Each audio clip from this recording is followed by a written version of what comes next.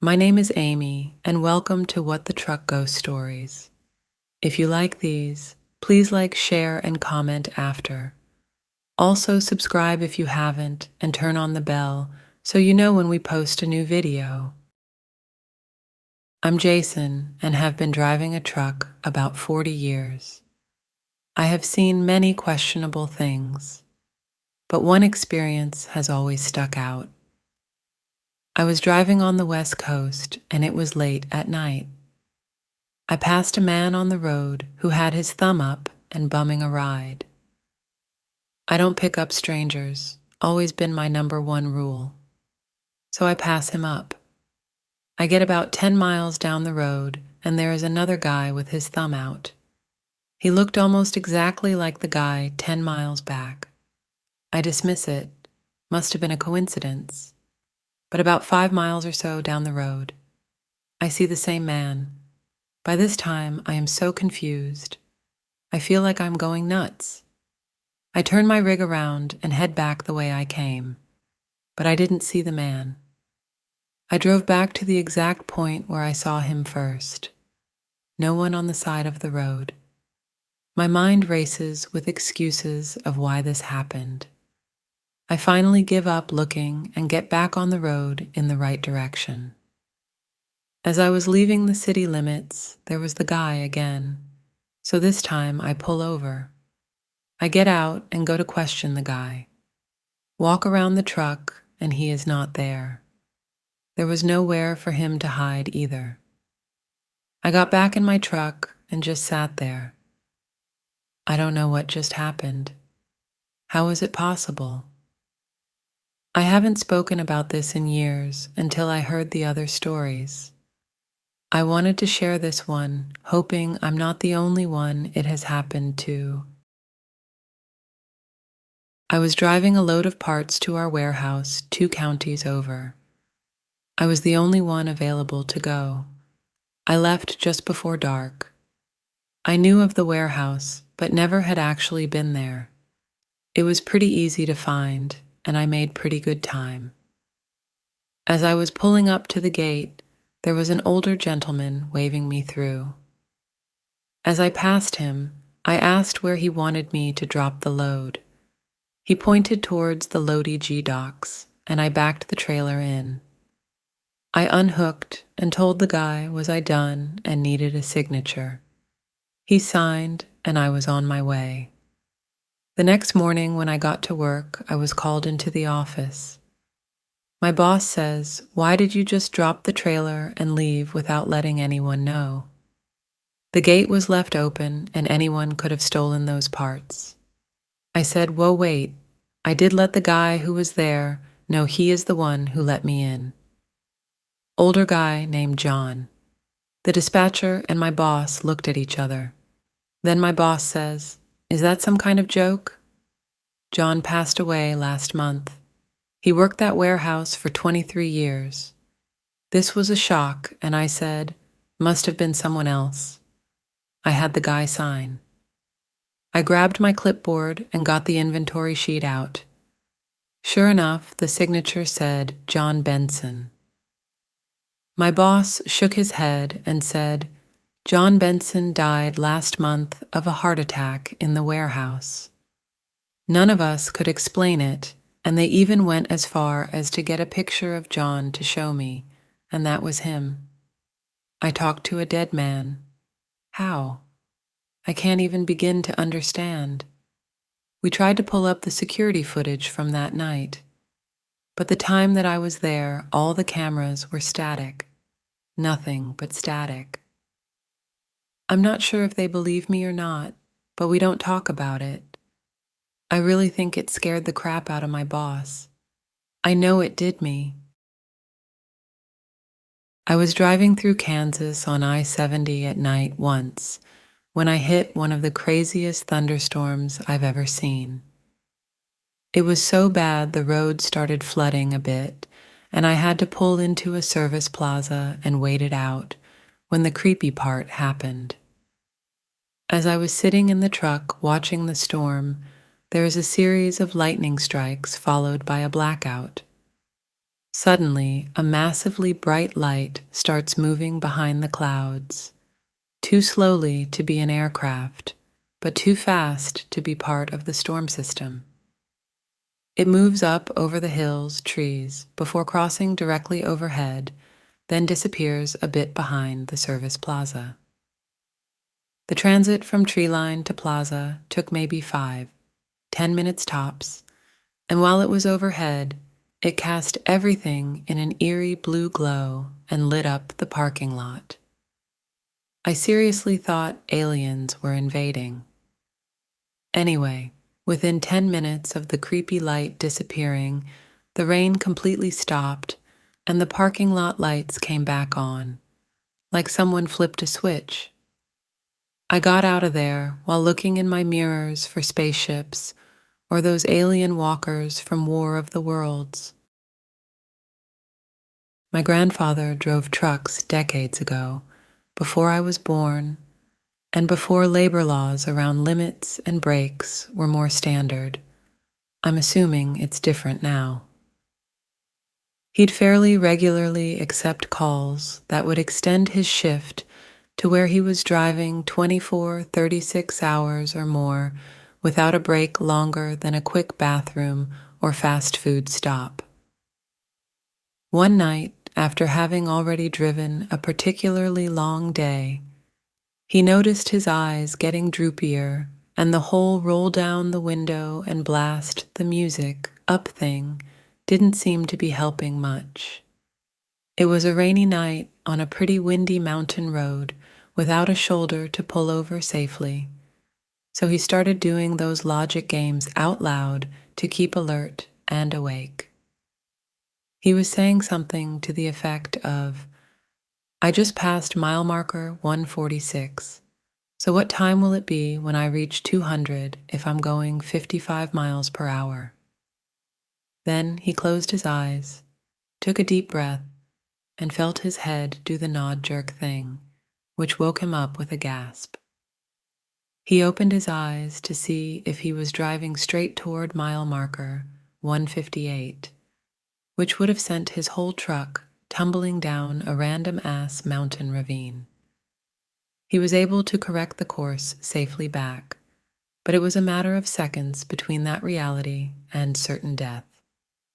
He insists to this day that he slept through 12 miles of windy mountain road going 60+ emp, only to wake up right at the last moment between life and death.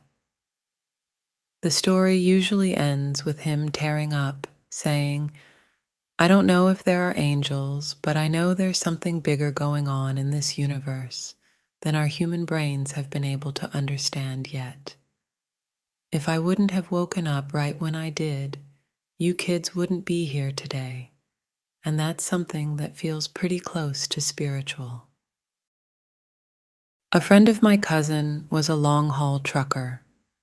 He was making a delivery across the country and was in a hardly used dirt stretch of a rural route.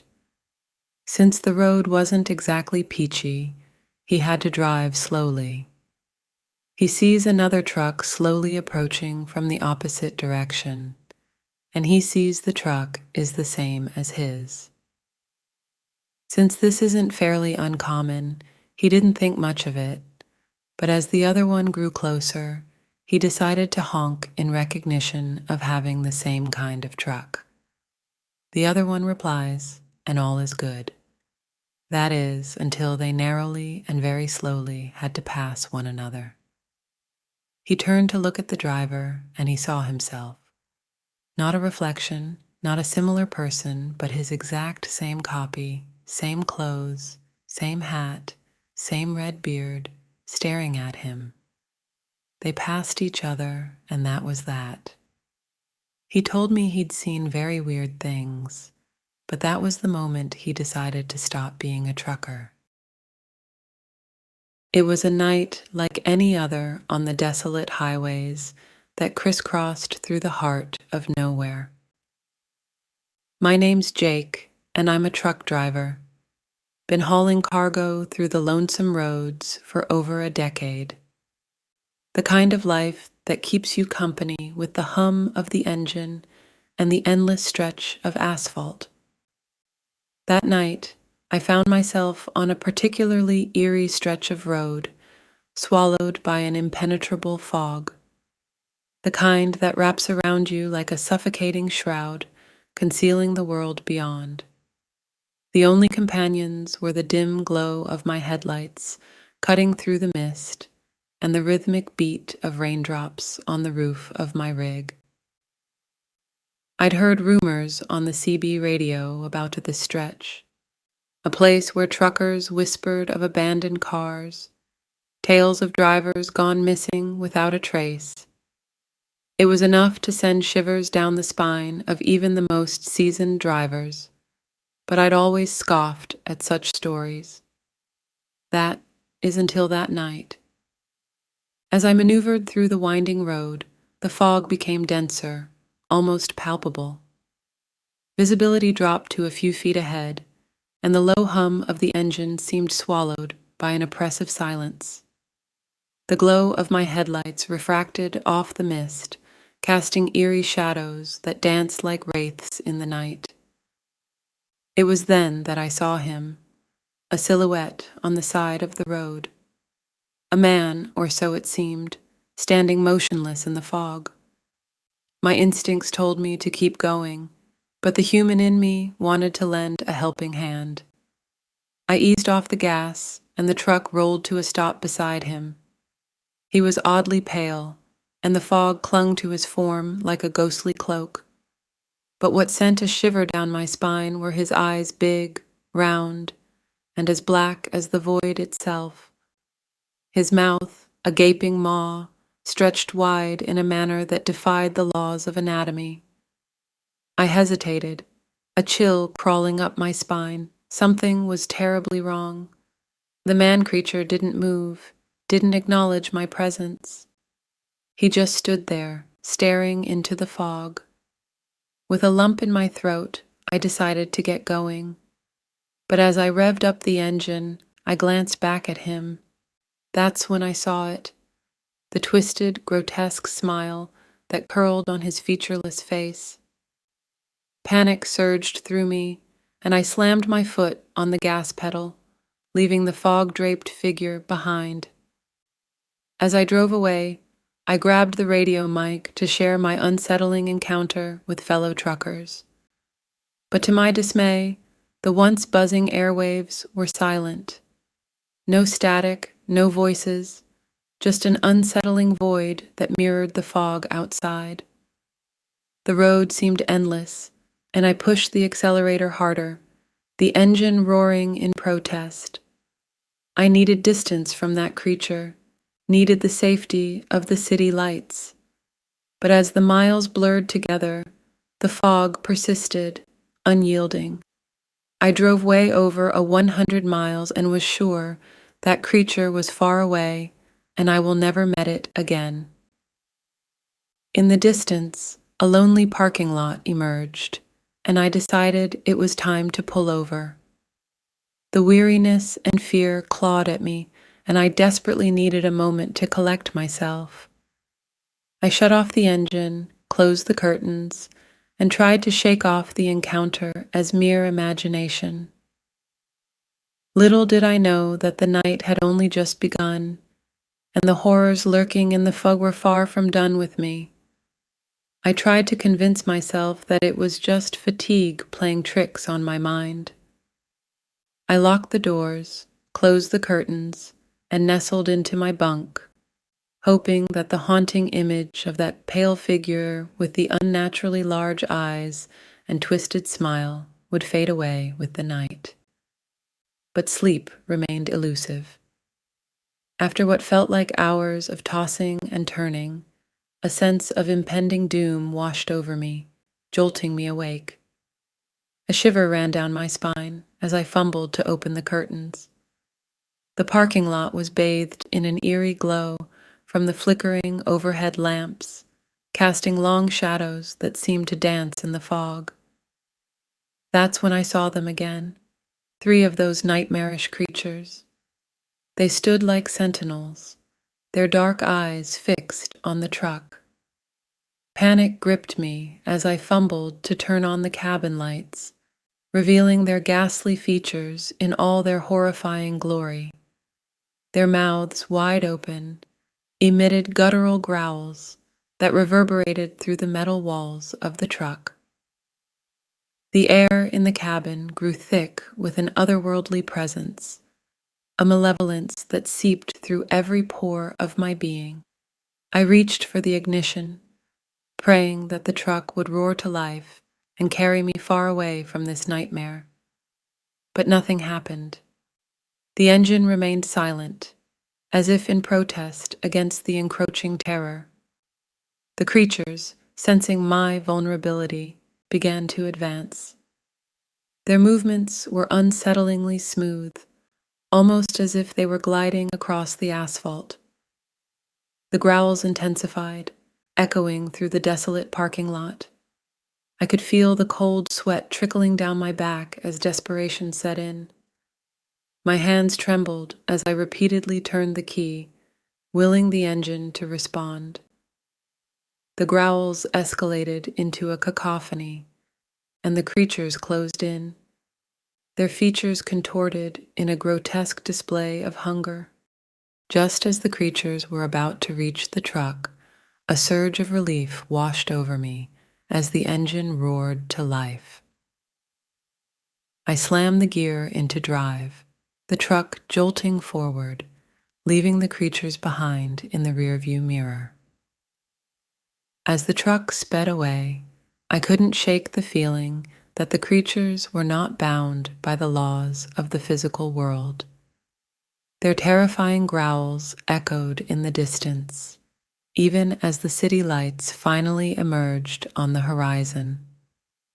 I dared a glance back, and to my horror, I saw the creatures running after the truck with unnatural speed, far beyond anything human. It was as if the shadows themselves were chasing me. As I drove into the welcoming glow of city lights, the creatures abruptly halted.